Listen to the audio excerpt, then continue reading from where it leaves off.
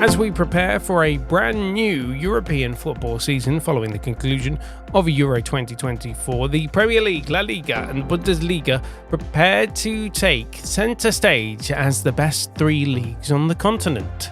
One league is struggling, and that's France's Ligue 1. French football has been long mocked by other football fans of other nations for being the so-called Farmers League. Basically, French football has always had one dominating force, depending on the era in which you're looking at. Right now, that's PSG, and that looks most likely to remain because of their financial muscle with the Qatari state backing them. Before PSG, it was Lyon, or Olympique Lyonnais, who won every Ligue 1 title from the 2001-02 season all the way to the 2007-08 season, with Marseille dominating the late 80s and early 90s, although they were stripped of their 92-93 title after being found guilty of bribery. The same year, they won the certain competition called the UEFA Champions League. The LFP, or Ligue de Football Professionnel, which organises the professional game on behalf of the French Football Federation, think of it like the English Football League to the Football Association. The LFP has had some major issues in recent years, starting with their television deal that they signed pre-pandemic with MediaPro, a company that proceeded to fail to pay for the deal and had to exit the contract that they had signed with the LFP. It offered Ligue 1 clubs about 3.25 billion euros for 4 seasons worth of football coverage. That, on perception, brought French football to the table, second to the Premier League. However, the Premier League, Ligue 1, is not. French football has PSG, and maybe that's harsh, but that's it. That's all they've got. Other than the odd surprise like a Lille or Montpellier winning the league title, really the other teams don't compete with PSG. The deal was signed in 2020 and would become the second biggest television deal. Syria had rejected an offer from MediaPro, calling it at the time unacceptable. The LFP had no such problem, just looking at the potential gain. However, the deal left clubs to foot the bill when it eventually collapsed. Also, it didn't help that major global pandemic that we all had that shut down sport for a time. So with the TV deal having collapsed, the LFP went cap in hand back to former broadcaster Canal Plus to try and salvage their sinking ship.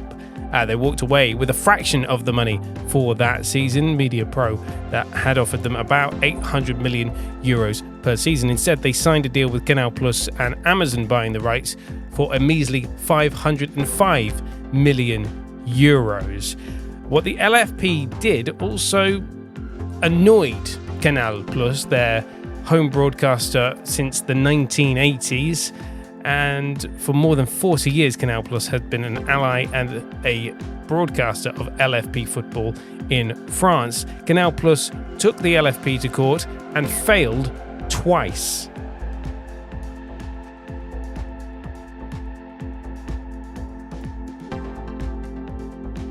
The most recent situation for the LFP has been the lack of a buyer for their most recent media rights sale. Although they have now got a deal in place, it falls short of their reported €1 billion target, which, if I'm speaking frankly, is massively overpriced for French football. Not only that, they lost key players that the PSG squad had, like Sergio Ramos, Lionel Messi, and of course Kylian Mbappe, the poster boy for Ligue 1.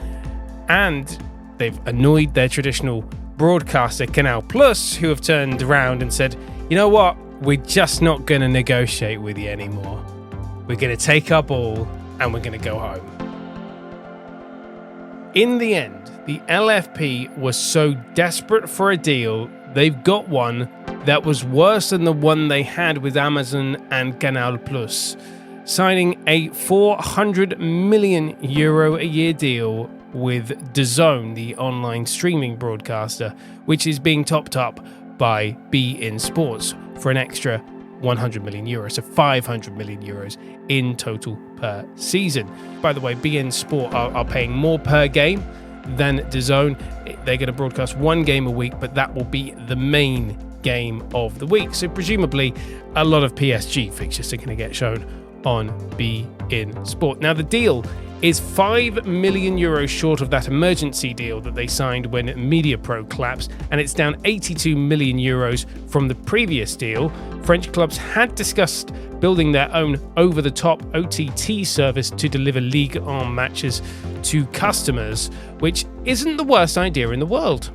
If you look at this from a business point of view, let's play in the realms of hypotheticals. If you charge €9.99 a month, so €9.99 a month, that's €119.88 per year, and say you have roughly 5 million subscribers, which you think you'd probably get more considering how cheap €9.99 is per month, you'd roughly make around 600 million euros a year, and that's not unfortunately including the cost of servers and any technical equipment. That's just pure kind of gross profit that you're making. However, television isn't the only issue affecting French football. The other issue is that their clubs just don't make money.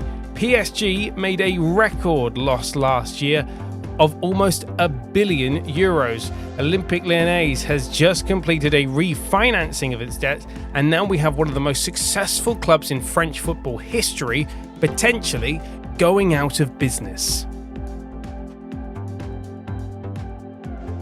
Bordeaux were 6-time champions of France. Now a third division amateur club, having resigned from the LFP into the Championship National from Ligue 2. The club had been a full-time professional club since 1932, however no more after a deal to buy the club, which featured Liverpool's owners Fenway Sports Group, failed. It collapsed, and it means that the club who most recently won the Ligue 1 title in 2009, before the PSG domination started and finished mid-table in Ligue 2 last season, all their players now have been released, all their staff and their training ground has now closed as well, as they become a fully amateur club. There is also a question of where Bordeaux will play, because their current stadium has the potential to be a white elephant with no regular tenant. The stadium's construction was completed in 2015 ahead of Euro 2016 and has a capacity of 42,115, which is far too big for an amateur club. If you're wondering why I'm not saying the name of it, because I can't. Let's just call it the Stade Bordeaux.